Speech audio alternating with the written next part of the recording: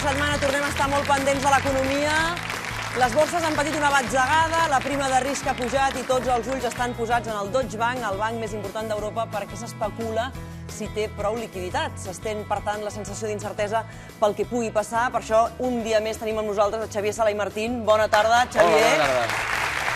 Però, malgrat sembli o pugui semblar que el món s'acaba i que hi ha molta preocupació per temes i qüestions econòmiques, no volem començar el programa amb mal rotllo. Volem començar traslladant-te una pregunta que moltes vegades ens hem fet i que m'atreviria a traslladar-la també al públic que avui ens acompanya, que ve majoritàriament des de Masquefa i Martorell. Moltíssimes gràcies per ser avui aquí. Vostès creuen que els diners fan la felicitat? Una pregunta que genera un debat. És un tema. És un tema. S'ha vist. Tothom té una resposta per aquesta pregunta. Ajuden, altres diuen que no. I Xavier Sala... Sí, diuen que sí. Diuen que sí. Diuen... M'agrada que tinguem aquest públic actiu. Molt bé. Primer la salut. Primer la salut. I a l'amor. A veure. Val. Centrem-nos. Ara, moltes gràcies per la seva participació activa. Xavier, t'escoltem. Els diners fan la felicitat? A veure, jo no et donaré la meva opinió. El que faré serà parlar dels estudis que cada vegada més fan economistes, psicòlegs, sociòlegs que es qüestionen les mesures que fem servir per mesurar tant la producció d'una economia com la riquesa d'una economia, com el benestar d'una economia. T'ho dic perquè hem llegit que cada vegada hi ha més empreses que es preocupen per la felicitat dels seus treballadors. Un estudi de l'Open Air Institute d'Oxford diu que els empleats feliços són més actius, tenen més energia, poden arribar a ser més productius. Això també sembla obvi, no? Sí, però de fet això... està bé que les empreses busquin la felicitat dels seus treballadors. De fet, això, moltes empreses es preocupen des del principi de la revolució industrial, quan van aparèixer les feines monòtones, les feines mecàniques de la cadena de muntatge, la senyora que estava o el senyor que estava tot el dia collant el mateix cargol hores i hores i hores, que veien que els treballs monòtons, l'avorriment, tendia a generar no només depressió i que la gent fos infeliç, sinó que aquesta gent fos improductiva. És a dir, l'empresari normalment no es preocupa per la felicitat del treballador perquè vol que sigui feliç, sinó perquè entén que si és infeliç o està avorrit o no es troba del tot bé, doncs acaba influint en la productivitat i, per tant, li acaba influint en els seus propis beneficis. I, per tant, des d'aquests estudis ja des dels anys 40, on les empreses, sobretot angleses, es preocupaven, portaven psicòlegs i portaven gent que intentés veure què és el que feia que la productivitat baixés en les feines monòtones, fins avui dia hi ha hagut molts estudis de gent que es pregunta si els diners, és a dir, la gent rica, acaba sent més feliç que la gent pobra. Si als països rics el grau de felicitat és més gran que en els països pobres. La gran pregunta és, diguem, com es mesura la felicitat. Hi ha un llindar econòmic a partir del qual, no? Algú pugui ser més feliç? A veure, això és els resultats, veurem quins són els resultats, però la primera pregunta és què és, com es mesura la felicitat, no? No hi ha què és, sinó, a veure... I aleshores, molt sovint, els psicòlegs i els sociòlegs i els economistes que fan estudis, ja des dels anys 70, ho han fet a través d'enquestes. Quan feliç ets tu?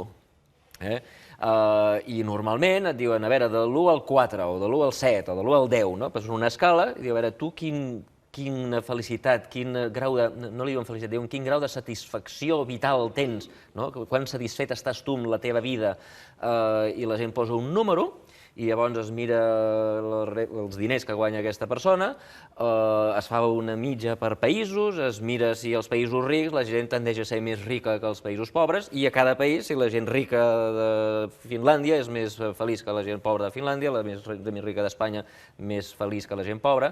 I aquí l'estudi que tothom cita molt sovint sense saber-ho és un estudi que va fer un americà que es diu Easterlin, que... És aquest senyor. va arribar a la conclusió... Mira, que fins i tot el dia que es va fer una foto que ens convida a fer un somriure, no? Sí, perquè aquest senyor va generar un estudi que va generar una paradoxa que porta el seu nom, que es diu la paradoxa d'Easterlin, que bàsicament, i és una cosa que tothom cita, sense saber-ho, tothom cita aquest economista, com molt sovint passa, hi ha molts conceptes a la vida que la gent repeteix sense adonar-se que en realitat està citant un estudi d'algun economista. Doncs bé, aquest senyor va fer l'estudi, va fer aquest tipus d'enquestes, va mirar la renda de diferent gent, els va agrupar per països i va veure que als països rics, efectivament, la gent era més feliç que en els països pobres, però quan arribaven a tenir una renda per càpita de més o menys $15.000, que tipus de canvi d'avui serien més o menys 15.000 euros, una mica menys, doncs a partir de 15.000, és a dir, a partir dels mileuristes, per entendre'ns, a partir de ser mileurista, la felicitat no augmentava. La gent que cobrava 75.000 no era més feliç que la gent que cobrava 16. La gent que cobrava 200 no era més feliç que la gent que cobrava 16. A partir de 15, és a dir, quan ets molt pobre... No ets feliç? No ets feliç, o sigui, tu vas a l'Àfrica, la gent miserable, perquè no només, diguem, estem parlant dels diners, alguna senyora deia aquí, la salut. Bé, als països rics la gent té més salut, té una esperança de vida més alta, els nens no es moren tant, en els africans els moren un de cada 10 nens abans del primer any de vida. Tot això genera una infelicitat brutal, encara que no ens n'adonem. La pobresa clarament genera una infelicitat brutal, però el que sembla, segons l'Easterlin, que a partir de 15.000 doncs ja no ets més feliç. I això va generar tota una sèrie de teories, com la teoria del decreixement, que deia, escolta'm, un cop arribem a 15.000, doncs ja no cal que ens preocupem més pel creixement. Tothom es preocupa de que, escolta'm, no hem crescut, aquest any no hem crescut, no passa res. És veritat que no som més rics, però som igual de feliços. I per tant, diguem, això del creixement, hi havia gent que ho comparava amb una cinta d'aquestes dels... Cinta del gimnàs. Una cinta del gimnàs, de córrer. Això seria una mica l'economia, no? Seria el creixement, és això que vas corrent, vols créixer més, però no avances. La felicitat seria avançar, ser cada vegada més feliç, vol dir anar cada vegada més endavant, doncs el creixement et genera que sí, que et vas movent, i quan més corres més esforç fas, però segueixes sempre al mateix lloc, no? A partir de $15.000, l'economia era com una mena de cinta mecànica d'aquestes, i per tant van començar a sortir teories de gent que diu, escolta'm, no cal créixer tant, perquè a sobre destruïm el planeta, malbaratem recursos i treballem com a bojos i al final no ens genera cap felicitat, deixem-ho córrer, no? I per tant, diguem, aquest va ser una cosa que va generar molta controvèrsia. Per què es diu paradoxa? Doncs perquè, a veure, si això és cert, la gent d'alguna manera estan sent estúpids. No? Perquè, dius, a veure, tothom, els que cobren 16.000 a l'any, els encantaria cobrar 20. I, de fet, si poden, treballen més i acaben cobrant 20. I no sé si trobaríem gaire gent que, cobrant 15.000, estaria d'acord que sí, que són molt feliços amb aquests 15.000 anuals. I que no volen 16. O sigui, la gent, els que cobren 50 volen cobrar 60, i els que cobren 60 volen cobrar 70. Si la paradoxa d'Easterlin fos veritat, o la teoria d'Easterlin fos veritat, a partir de 15.000 euros ja no ens hi mataríem. La gent diria, escolta'm, jo ja ho veig que no em fa més feliç. L'any passat vaig treballar més, vaig fer hores extres com un boig, vaig cobrar 18, i, escolta'm, sóc igual de feliç que quan no feia hores extres. Per tant, torno a 15, i això la gent no ho fa. I per això és una paradoxa, perquè la gent no es comporta d'aquesta manera, però els números semblaven indicar això. Doncs bé, això és una cosa que es va fer l'any 74 i que va tenir una enorme influència al món. De fet, és l'origen, aquest estudi és l'origen de l'índex de desenvolupament humà de les Nacions Unides. L'índex de desenvolupament humà bàsicament diu que no només hem de mirar la riquesa de les nacions, el PIB, sinó que hem de mirar també altres coses, com l'educació, com la salut, etc., que no estan directament en el PIB i que generen felicitat. Doncs bé, el problema és que diguem, aquest estudi estava fet en pocs països, en poques dades, quan tu li preguntes a la gent no està clar que tu puguis comparar bé entre països, hi ha països que sistemàticament la gent és pessimista, hi ha països que sistemàticament la gent és optimista, encara que no siguin feliços, quan et responen et diuen... Menteixen i diuen que sí. Per exemple, un dels països on més feliços, més gent feliç hi ha és Finlàndia, i resulta que és la que té la taxa de suïcidis més alta del món, no? Per tant, això de les enquestes sovint és problemàtic a l'hora de comparar països. Però en qualsevol cas, més endavant s'han fet enquestes similars amb el mateix tipus de preguntes, quin grau de satisfacció vital té vostè. Ara hi ha una mega empresa, no és un professor americà, sinó que és una mega empresa que és Gallup, que fa enquestes a dotzenes de milers de persones de tot el món, i que les enquestes de Gallup demostren que a mida que la gent té més calés, passats els 15.000, passats els 20.000, passats els 70.000, passats els 200.000, quan més diners té la gent, més satisfeta diu que està, és a dir, més feliç és. El problema és que hi ha psicòlegs que ens diuen que això de preguntar a la gent per la seva satisfacció vital no mesura un tipus de felicitat que potser no és real, i és la felicitat que et generen els records. Els psicòlegs, i ja us he explicat alguna vegada, que cada vegada més els psicòlegs s'estan integrant amb els economistes per crear noves branques de la ciència econòmica. Per exemple, l'economia del comportament és allò feta, va ser creada o originada per un psicòleg que va acabar guanyant el Premi Nobel, que es diu Kahneman, i aquest senyor diu, no, a veure, és que, clar, la felicitat és una cosa complexa. Això és un psicòleg, no és un economista, un psicòleg que diu, a veure, hi ha dos tipus de felicitat. La felicitat que tu tens a la memòria, la felicitat que et provoquen les teves memòries de la vida. I això sovint ens enganyen perquè tendim a suprimir el dolor. Quan has tingut molt de dolor, doncs el teu cervell l'amaga. Per exemple, gent que després d'operacions o de moments de patiment perd la memòria del que ha arribat a patir. La memòria tendeix a tenir problemes i no és una bona manera de mesurar la felicitat. La felicitat instantània, la que tu tens en aquest moment, no és la que després recordaràs que tens ara. I per demostrar que la felicitat de la memòria i la felicitat instantània, la felicitat que tens ara en aquest moment, són coses diferents, ell ens pregunta una cosa que segur que quan la preguntem a la gent ens respon d'una manera estranya. Quina és? La pregunta és, si jo et dic a tu que a les properes vacances, tu tens ja pensat què faràs a les vacances d'estiu? Doncs a les properes vacances et dic, després de les vacances oblidaràs tot el que ha passat. És més, no pots ni portar mòbil, ni fotos, ni fer res. Has de viure a l'instant les vacances. Tu faries les mateixes vacances? És a dir, si tu tens pensat anar a París, a viure el moment, és diferent d'anar a París a construir una memòria que després t'emportaràs a casa i la recordaràs tota la vida. Estàs a París una setmana, però quan tornis no te'n recordaràs que has estat a París. Home, et planteges si val la pena anar-hi o no anar-hi, no? No, però aquest és el problema. És a dir, anem a París... Diuen i tant. Sí. Anem a París a gaudir del moment o anem a construir una memòria que després la guardarem en una càmera i l'anirem recordant i l'ensenyarem als amics i la nostra felicitat es deriva de la memòria o del fet? Això també es veu, per exemple, a les funcions dels col·les. Sí. És que la major part de pares, o una part cada vegada més gran de pares, no van a gaudir de com els nens actuen. Van a fer la foto amb el mòbil. A les funcions de col·les i a tot arreu. La gent va a fer... Sí, ho dèiem l'altre... No sé amb qui... La gent està més pendent de fer la foto que de mirar-ho. I s'oblida del nen, i l'únic que vol és gravar-lo per tenir-lo després. Després el vídeo... I després el nen no el veu amb ell, que el nen el vol trobar, perquè els nens que ballen volen després veure els seus pares. I això és perquè ens construïm una memòria. Exacte. Aquests psicòlegs ens diuen que el que estem fent és... La felicitat no ens ve del moment de gaudir, el meu nen està que maco allò actuant, que divertit, i gaudeixes d'aquell moment, sinó que tu el que vols és guardar aquell moment per gaudir-lo després. I en canvi el que hem de fer és viure a l'instant, no? No sé, moltes vegades tenim... Ara no vull entrar en filosofies, però tendim a dir que quan érem petits érem molt feliços. Jo no sé si érem tan feliços quan érem petits, però normalment la gent... Oi, te'n recordes aquella època, i aquell poble de quan érem petits era molt millor. No sé si era tan millor. Tu no coneixes masses nens que els feien bullying per això, no, en el col·le?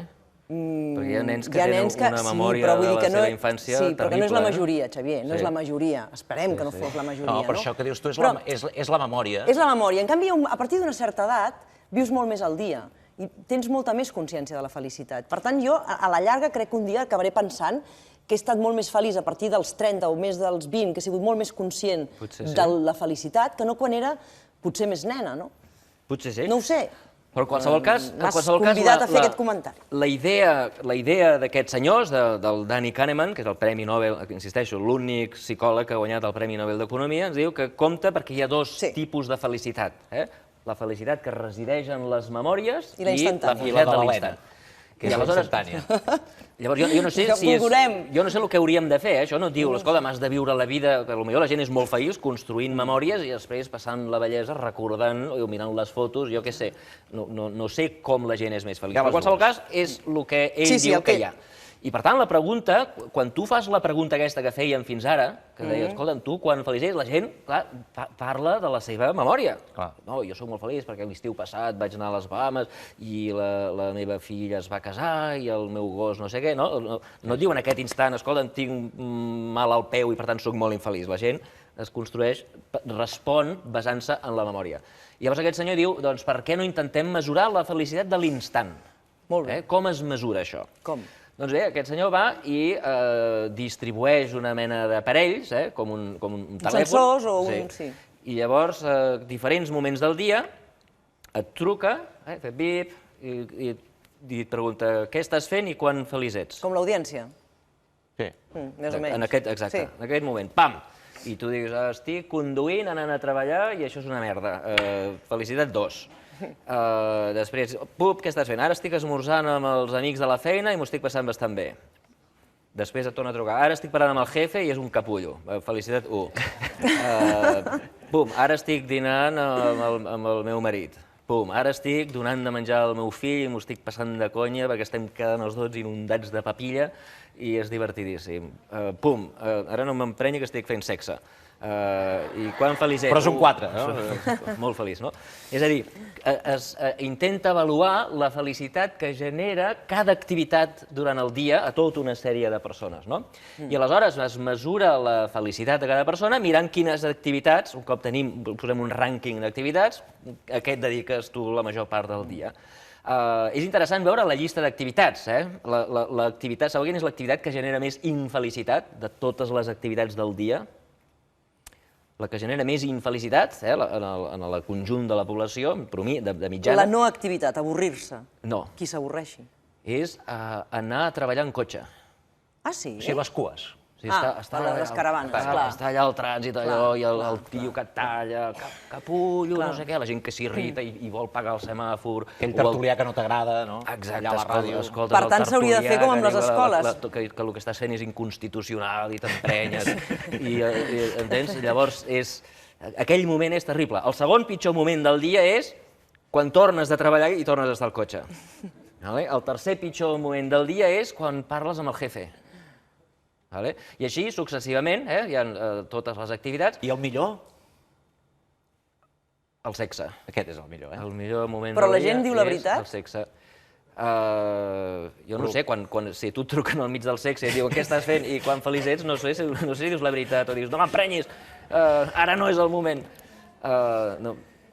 No, té bastanta lògica. Per allò que dèiem. Sopar amb amics, activitats socials, estar amb gent normalment és molt bo, i coses relacionades amb la feina normalment és bastant dolent, cosa que ens hauria de fer reflexionar sobre el tipus de feina que agafem molt sovint, perquè si tu agafes una feina que et produeix gran infelicitat, potser t'hauries de repensar la teva carrera, no? Vostès han sigut feliços a la feina? Sí. En general, qui ha sigut feliç a la feina? Que aixequin la mà. En general són bastant feliços el públic que avui ens acompanya a la feina. Que bé. Millor. I quants no heu sigut feliços? Quants no? Aquest senyor no ha sigut feliç a la feina. Hi ha més gent que no hagi sigut feliç a la feina, també algunes mans aixecades per darrere, però potser els menys. No tenim micròfon en aquest moment, però gràcies. Xavier, en general... Estava pensant que, a part de conduir, els que agafen la Renfe, el Rodalies al matí... També deuen ser molt infeliços, aquesta setmana, sobretot. Dramàtic. El moment que et cancel·len deu ser... La Renfe genera infelicitat, El moment Renfe, quan es cancel·len els trens, no deu ser dels millors. I la conclusió d'això? La conclusió d'això és que un cop mesures la felicitat d'aquesta manera, això és, fixa't, és la felicitat instantània. Doncs fa un índex de felicitat instantània que és diferent del d'abans, que és la memòria, I resulta que torna a trobar una cosa similar a la paradoxa d'Easterlin, però no amb 15.000, sinó amb $75.000.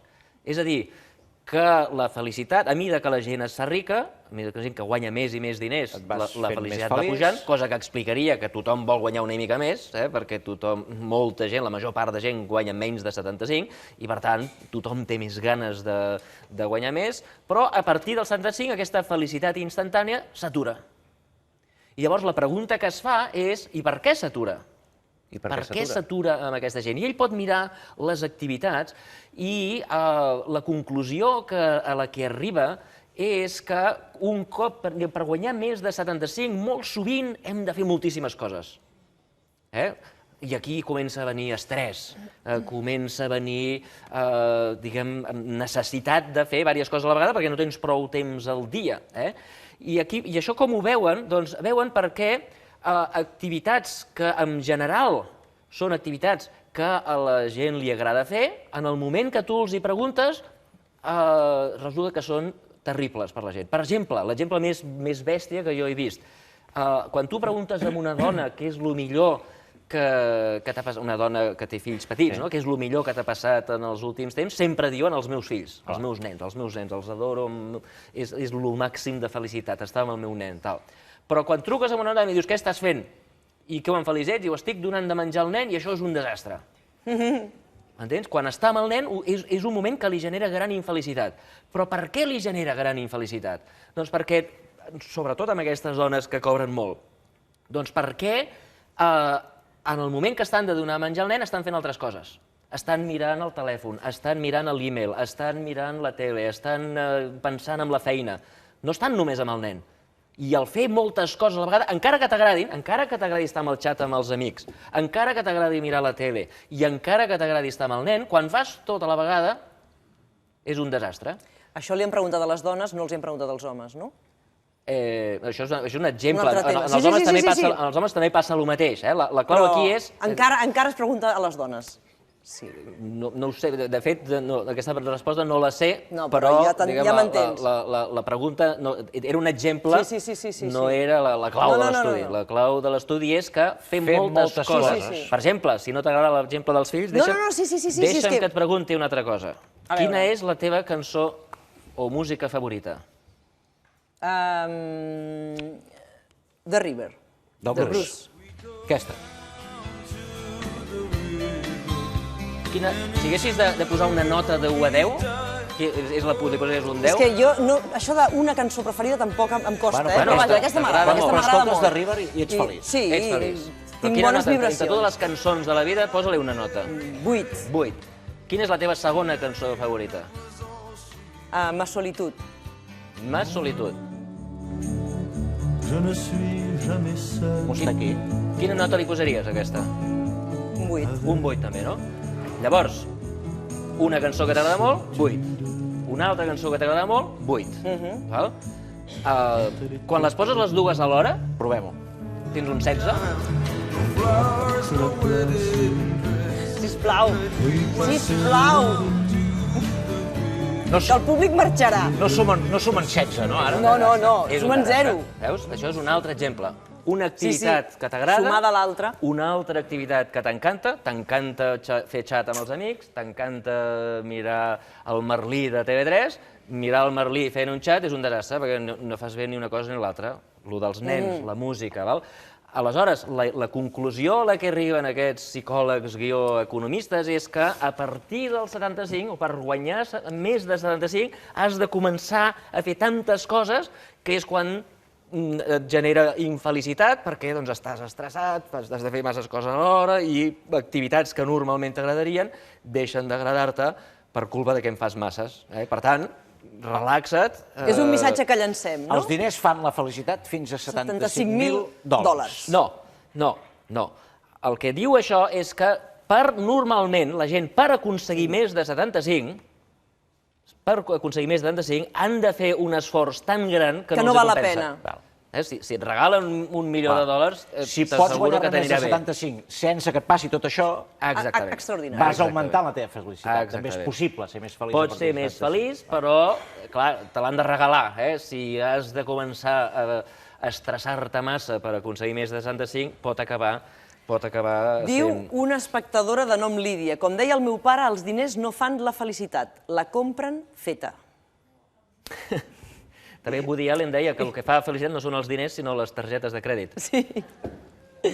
Bé, a veure, seguim amb com hem d'aconseguir aquestes quotes de felicitat amb aquests diners que hem anat guanyant al llarg de la vida. Quina és aquesta xifra? Dèiem aquests 75.000. De fet, hi ha països que en lloc del PIB mesuren la felicitat. Sí. Hi ha un país que es diu Bhutan, que van decidir eliminar la comptabilitat nacional, ja no calculen el PIB, sinó la felicitat nacional bruta. I, a veure, això és difícil, perquè mesurar la felicitat ja hem vist que és complicadíssim. Mesurar el PIB és fàcil perquè bàsicament mires el que val cada cosa que s'ha produït, multipliques el preu per les quantitats i més o menys surt bé. Clar, mesurar la felicitat potser és el que voldríem, potser sí que estaria bé mesurar la felicitat directament, però és tan complicat. I de fet aquesta gent va fer una cosa estranya, que per aconseguir, a Bhutan, per aconseguir pujar, quan van veure que la felicitat del país baixava, una de les coses que van fer no fa gaire va ser expulsar els immigrants, perquè els immigrants eren infeliços i van dir, escolta'm, la manera de pujar el número va ser expulsar i no sé si... Fem fora els infeliços i seguirem sent feliços. No donem idees en aquests moments tal com estan les coses. El Xavier m'explicava una cosa molt curiosa, per això, que és que a la Universitat de Harvard, durant molt de temps, crec que a les universitats dels Estats Units tu et matricules i pots anar a les classes que vols. Sí. A veure, a les universitats als Estats Units, a diferència d'aquí, aquí hi ha carreres, no? Aquí vas a la facultat d'Econòmiques, fas la carrera d'Econòmiques i només fas Econòmiques. A vegades pots fer una optativa a un altre lloc, però bàsicament fas Econòmiques, has de fer les assignatures que et diuen, a primer es fa això, a segon es fa això, a tercer fas això i amb unes optatives, a Medicina igual, a Enginyeria igual, i cadascú va, anem fins i tot a facultats diferents i no ens parlem. Els enginyers i els economistes estem a llocs diferents i fins i tot tenim bars diferents i estem separats, biblioteques diferents. Als Estats Units no, als Estats Units la gent va a la universitat. I a primera hora fas economia, a segona hora fas física, després vas a tocar la flauta i el violí, després fas esport, després fas ioga, després fas geografia, fas anglès, i vas canviant i vas fent coses, vas ampliant la teva cultura en moltes dimensions. A poc et vas especialitzant en una cosa, vas fent economia, però vas a classes de tot. I aleshores a tot Estats Units s'ha fet famosa sempre la classe de Harvard, Harvard és la universitat número 1, la classe de Harvard que té més estudiants. Com que els estudiants de tota la universitat poden triar una classe, doncs sempre n'hi ha una que és la més popular. I històricament sempre havia sigut la classe d'introducció a l'economia, el que es diu Economia 101. I els professors que donaven aquesta assignatura eren famosos a tots els Estats Units perquè donaven la classe més popular a Harvard. Dels quals el senyor Mankiw, no? El senyor Mankiw, en els últims 25 anys, ha sigut el professor que ha tingut la classe més grossa, la que ha tingut més estudiants. Exactament. Era professor meu. Va ser professor teu? Ara ja està jubilat o encara dona classes? Té un parell d'anys més que jo, només. Sí. Aquesta foto, per tant, és actual. És el catedràtic d'economia més jove de la història de Harvard. I devia fer classes molt interessants. Als 27 anys era catedràtic, aquest senyor. Déu-n'hi-do, als 27 anys. Però ha perdut el primer lloc del rànquing. Però aquest senyor fa un parell d'anys ha perdut el primer lloc del rànquing i l'assignatura que ara és la més popular, i per tant ara el professor aquest surt en els shows, el professor aquest estaria aquí, l'entrevistaríeu vosaltres dient, escolta'm, van al Letterman i al Jay Leno i als programes aquests que fan les grans entrevistes, perquè és el professor que fa l'assignatura. Doncs és un senyor que es diu Ben Shahar, que dona una classe de la felicitat. Aquest senyor. Aquest senyor és el professor més popular en número d'alumnes, diguem-ne, que van a les seves classes en aquests moments a Harvard. El professor als Estats Units, vaja. Sí. I fa una classe basada en el que s'anomena la ciència de la psicologia positiva, que bàsicament vol dir psicologia, però basada en estudis científics, amb experiments com els que mencionava ara. Es fan experiments amb gent, se'ls miren què és el que et fa feliç, què és el que no et fa feliç, això s'anomena psicologia positiva. Doncs ell fa una classe tot el trimestre explicant als estudiants què han de fer per ser feliços. Que bé. I I tu vas què els hi O diu? sigui, per Tu tant, vas està a la de moda la felicitat. Podríem dir que voler ser feliç està més de moda que l'economia. És que és la clau de tot. Més de moda que l'economia. De fet, els economistes cada vegada estan més interessats en la felicitat, eh? Allò que deies de la psicologia, l'economia... Jo m'he mirat coses d'aquest senyor, perquè us dono uns consells gratuïts per ser feliços. Sí, sí. No tots, Ràpidament. No tots, perquè n'hi ha molts, però molt ràpidament. A veure. Tenim la llista aquí. Fer exercici. 30 minuts al dia, Tampoc no us penseu que 30 minutets d'exercici es veu que va molt bé. Aquest senyor diu, esmorza. La gent que no esmorza no és feliç. Tu diràs. Has d'esmorzar. Encara no tinguis temps, una estoneta esmorzant, es veu que et fa hiperfeliç. Això ho diu el professor més important dels Estats Units, més popular dels Estats Units. Fes llistes no vol dir llistes de la compra, sinó que vol dir... Propòsits. Quan arribis a casa, apunta les 5 o 10 coses del dia que t'han fet feliç. Es veu que això et fa felicíssim. Recordar, per tant, allò que recordar els moments comentàvem abans. feliços. Això és una cosa molt important, eh? Cada dia, quan arribes, ell diu, no només apunta les coses que t'han fet feliç, 3 coses, ell diu. Cada dia, quan arribis, allò, a punt d'entrar al llit, apunta 3 coses per les quals estàs agraït. Això està molt bé. Dono gràcies per haver conegut aquesta senyora tan fantàstica. Dono gràcies perquè el meu fill avui finalment ha deixat el xumet. Dono gràcies perquè m'he canviat les sabates i no em fan mal els peus. 3 coses que tu estiguis agraït. Mira, parla de les sabates, aquest tema de les sabates... Somriu és molt important, somriu, ser amable amb la gent, tot això és molt important, però el que ens ha cridat l'atenció, efectivament, Helena, és porta sabates còmodes. És que és cert. Això, clar, no pares a pensar com haig de ser per fer feliç. Hosti, si portes unes sabates que t'apreten, ja comences malament. Com quan portes una samarreta que tens l'etiqueta que molesta, et pot provocar un malestar. No cal. I escolta música. N'he triat 6, però evidentment aquest senyor té llibres que són bestsellers. Sí, té llibres. Jo recomano a la gent que parli anglès que vagi. Hi ha vídeos d'aquest senyor explicant aspectes de la felicitat que són divertidíssims i molt interessants. A mi una de les coses que m'agrada, i que jo, com que aquest senyor el conec des de fa anys, algunes d'aquestes coses les intento fer, i una de les coses que serveix molt, sobretot quan condueixes, en aquells moments que estàs empipat, allò que estàs en el semàfor i no es posa vermell, o que el tertulià diu no sé quina tonteria i tu t'hi llançaries a sobre, doncs això va bé respirar. Respirar, sí senyor. Saps la respiració del ioga? Respirar amb l'estómac, respirar profundament, però no respirar... Respirar profundament amb l'estómac endins, avall, 3 vegades, que et passi la manellet i segueixes conduint. O sigui, els moments aquests d'irritació que ens anem nosaltres mateixos fent, diguem, com una espiral que no s'acaba mai i que cada vegada estem més emprenyats, aturem-los a través de la respiració. I posar-te recte, que la meva mare sempre m'ha dit, nen, posa't recte, doncs veus, anar recte fa feliç, també. Segur, és que anar recte, somriure, hi ha gent que fa tant temps que no somriu que al final ja ni se n'en recorda. Bé, hem començat parlant d'aquesta situació una mica preocupant. Ara no vull parlar que els diners fan la infelicitat, però sí que hi ha bastants indicadors que conviden, com dèiem, a la preocupació. La por a la recessió està fent caure les borses aquesta setmana, s'ha disparat una altra vegada la prima de risc, tenim el Deutsche Bank en el punt de mira pels dubtes que hi pugui haver sobre la seva liquiditat. Xavier, com ho veus tu, tot plegat? A veure, estem tenint un problema que cada vegada més es veu que no hi ha motors que portin l'avió cap en l'aire. Sabeu que aquí algunes vegades he parlat del món com si fos un avió i que té diversos motors. Els 4 principals i un de més petit. Els 4 principals són Japó, Europa, Estats Units i la Xina.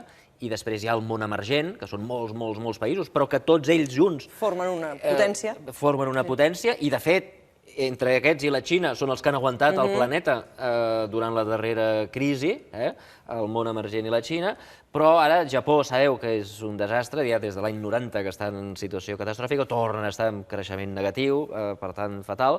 Als Estats Units les notícies que venen són no negatives, però sembla que els hi costa arrencar, no hi ha manera, allò que al sortir de la crisi semblava que es dispararien, no s'acaben de disparar, cada vegada que surten dades noves, un dia són bones, l'altre dia són dolentes, no hi ha cap dada espectacular, per tant, pessimisme als Estats Units. Europa cada vegada té més problemes. Europa, que semblava que sortia de la crisi, doncs ara tenim els problemes de que Europa mateix sembla que s'està ensorrant amb el tema la reacció dels governs en el tema dels immigrants o dels refugiats ha sigut, bàsicament, destruïm Europa. Tornem a posar fronteres, els suecs que diuen aquí no entra ningú, els danesos que els hi volen cobrar als immigrants si passen la frontera, i això pot, bàsicament, dinamitar els fonaments sobre els que s'ha basat Europa, que són la llibertat de moviment de mercaderies, de persones i de capitals. Doncs ja això de pensar-nos que érem un sol país i que podíem anar a tot arreu sense passaports, sembla que està en perill. També el problema que mencionava l'Helena, els bancs. A la Xina ja n'hem parlat altres vegades, no sembla que se n'en surten, i el món emergent cada vegada està pitjor per culpa de que han viscut de les matèries primeres, i tots sabem que el petroli està avall, el coure està avall, totes les matèries primeres estan avall, i per tant els que venien matèries primes a la Xina tenen dos problemes. Una, perquè el preu en el que venen és cada cop més baix, i dos, perquè la Xina ja compra poc, i per tant tots els motors estan més o menys parats. Deixa'm, ja sé que no t'agrada parlar de la borsa, però és que la borsa ha tancat amb un 3,51% en positiu. La borsa suposo que anirà pujant i baixant. D'aquests motors que tu estaves explicant i parlant ara, hi ha algun que estigui aturat, però que tingui o que doni com a mínim una esperança que es posarà en marxa i que podria funcionar? Quin seria el motor de l'esperança d'aquest avió, que està en caiguda lliure, sembla? En aquests moments el problema que tenim és que no es veu cap. La Xina segurament està pitjor del que diuen. L'altre dia vam parlar dels satèl·lits que diuen que les dades són pitjors de les que ells pensen. Els Estats Units, que feia un mes van començar a pujar ja els tipus d'interès, diuen finalment hem sortit i ja podem començar, ja sembla que ja han aturat les pujades de tipus d'interès. Europa, que també semblava que sortíem. Però en el cas d'Europa, per exemple, ara que es diu els bancs, s'assenyala els bancs, l'Helena deia específicament, molt específicament, en aquest cas el Deutsche Bank, que fa poc va presentar unes pèrdues de 6.000 milions, que són molts diners. El problema en aquests moments de nervis a la borsa, de nervis, són els bancs europeus, aquests que ens deien que havíem reforçat tant el sistema bancari, potser no és així? Exactament. El problema, un dels grans problemes d'Europa, a banda dels geopolítics que mencionava fins ara, és que el sistema bancari no acaba de funcionar. Les solucions que figurava que havien posat per als problemes dels bancs no han funcionat. I els bancs, alguns bancs, com el Deutsche Bank és un banc molt gros. El més important d'Europa, no? Sí, un dels més importants d'Europa. El seu és el tercer.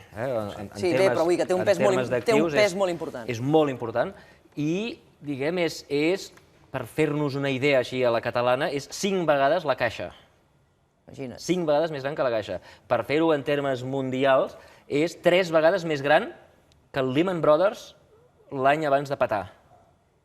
Lehman Brothers. I va començar com Lehman Brothers. Lehman Brothers semblava que anava bé, era un banc dels grossos dels Estats Units, i de sobte comença a tenir unes pèrdues. La gent diu, ai, què està passant? Tothom dient, no passa res, això és normal, això puja, això baixa. Un any després havien tancat. Les primeres pèrdues apareixen al primer trimestre de l'any 2007, un any després Lehman havia caigut i per culpa de Lehman es va crear la catàstrofe mundial. Doncs estem parlant d'un banc que és 3 vegades més gran. I això pot passar en el cas d'Europa? O sigui, pot ser el Lehman europeu? Es permetrà que el Deutsche Bank pugui caure? Jo crec que no. El que hem vist d'Europa és una cosa que a mi no m'agrada, i ho he dit 1000 vegades. Jo crec que quan un banc ho fa malament ha de perdre, ha de tancar. Igual que deixem que tanquin 10.000 restaurants que han tancat a Espanya, 100.000 empreses o 400.000 empreses que han tancat a Espanya des que va començar la crisi, de tots els sectors, empreses que venien cotxes, empreses de restauració, d'alimentació, de roba, mireu si hi ha hagut gent que s'ha arruïnat i els hem deixat que s'arruïnessin i hem deixat que es perdessin els llocs de treball, entre altres coses, aquesta és una de les raons per les quals s'ha disparat l'atur, i ningú ha dit res, ningú ha fet res. En canvi, a la que es peta un banc, tothom dient que això serà una catàstrofe perquè es perdran 20.000 llocs de treball. Sí, clar, 20.000 llocs de treball es perdran, però és que els milions que hem perdut perquè hem deixat caure totes les dades, per què no hem rescatat les empreses de cotxes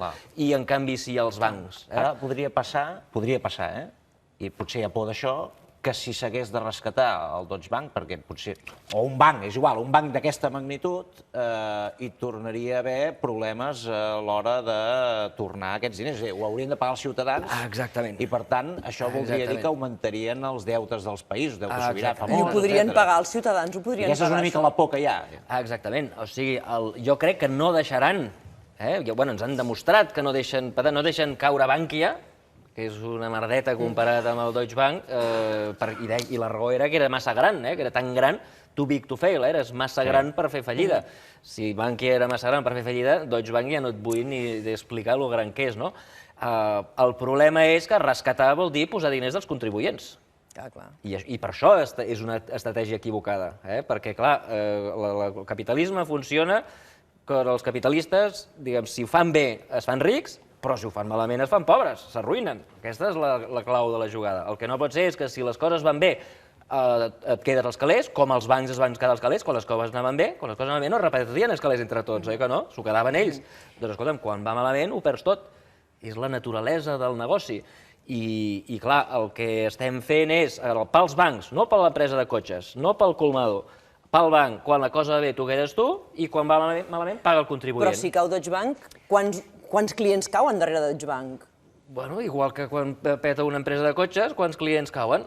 I si cauen 100.000 empreses petitetes, quants clients cauen d'aquestes empreses petitetes? És veritat que tenen molta xarxa, però si tu sumes tot el que altre que ha patat, també t'havia molta xarxa, i això no va ser un argument per salvar-los, oi que no? Doncs aquí tampoc hauria de ser un argument. I el que passa és que, com suggeria el Tian, quan has de rescatar una cosa molt grossa, els diners no venen del cel. I, per tant, hi venen del contribuent. I el contribuent vol dir que totes aquestes senyores i aquests senyors que estan aquí doncs hauran de pagar ells més impostos o bé hauran de patir les retallades de les pensions, dels salaris... Que és una música que ens sona, aquesta. Per tant, tornaríem al 2012. Tot aquell caos que hi havia a Europa al 2012, tornaríem al 2012. O sigui, ja no estic parlant de l'eficiència. Què passa si peta, no? És que qui ho pagarà? Qui ho pagarà? Si ens vam empipar perquè vam haver de rescatar Bankia i Caixa Catalunya, que es valia 40.000 milions, això que pot ser 10, 100 vegades més gran, jo no sé si tindrem prous calés per rescatar-ho. I si no tenim prous calés per rescatar-ho, doncs la sensació que els governs els hi ha anat de les mans un problema que es pensaven que dominaven i no dominaran, això pot ser molt més catastròfic encara per l'economia. Per tant, jo no dic que es passarà, molts bancs han perdut calés i fas una mica de diagnòstic de descripció del moment. Això és el que explica el fet que a la borsa els que estiguin baixant més siguin els bancs i sobretot Deutsche Bank. I llavors la raó per la qual aquesta gent està baixant, per què perden calés aquesta gent, doncs una part és això que dèiem, aquesta tormenta, aquesta tempesta perfecta de moltes coses que van malament a molts països del món a la vegada. Una de les coses que passa és que aquests bancs, molts d'aquests bancs que ara estan patint, són els que van prestar calés a la Xina. Són els que van prestar calés en els països productors de matèries primes i que ara sembla que no recuperaran. A més, estem en un país, en un món de tipus d'interessos molt baixos. Saps que el negoci dels bancs és prestar diners. I clar, si els tipus d'interès són baixíssims, el negoci del banc baixa. I finalment, la regulació, els reguladors són com uns pèndols, anem de regular massa poc a regular massa, d'imposar, d'obligar els bancs que tenim massa poc capital. Abans de la crisi, els bancs, euro que replegaven, euro que prestaven de seguida, sense guardar-se a la caixeta, ara euro que repleguen, euro que estan obligats a convertir en capital. I per tant, els obliguem a tenir tant capital, per si ve una crisi, que resulta que no presten. Estan ofegats. Resulta que no presten. Han de tenir molt presten. capital, guanyen poc pels tipus d'interès i, a més, potser no els hi tornen els diners de la Xina. Posem per cas... No els hi tornen, els tipus d'interès són baixos i presten poc perquè estan obligats a guardar-ho tot en forma de capital. Total, el negoci dels bancs baixa i alguns tenen, no només el negoci baixa, sinó que tenen beneficis molt negatius, sobretot els que estan molt exposats en aquest tipus de problemes. Sortirà del forat Deutsche Bank? No ho sé. Ho anirem veient, ho anirem veient. Sort que hem començat parlant de felicitat. Tornem a la felicitat, recordeu, llista, sabates còmodes, escoltar bona música i has dit i en segon terme me n'havia deixat un d'aquests... Mira, aquí el tenim. I Respirar, esmorzar, i somriure, respirar. respirar i fer la llista d'aquelles coses a les quals hauríem d'estar agraïts d'aquell dia. Moltes gràcies. respireu, Xavier, Sala i Martín, respirem una mica, va, sí. Tots plegats.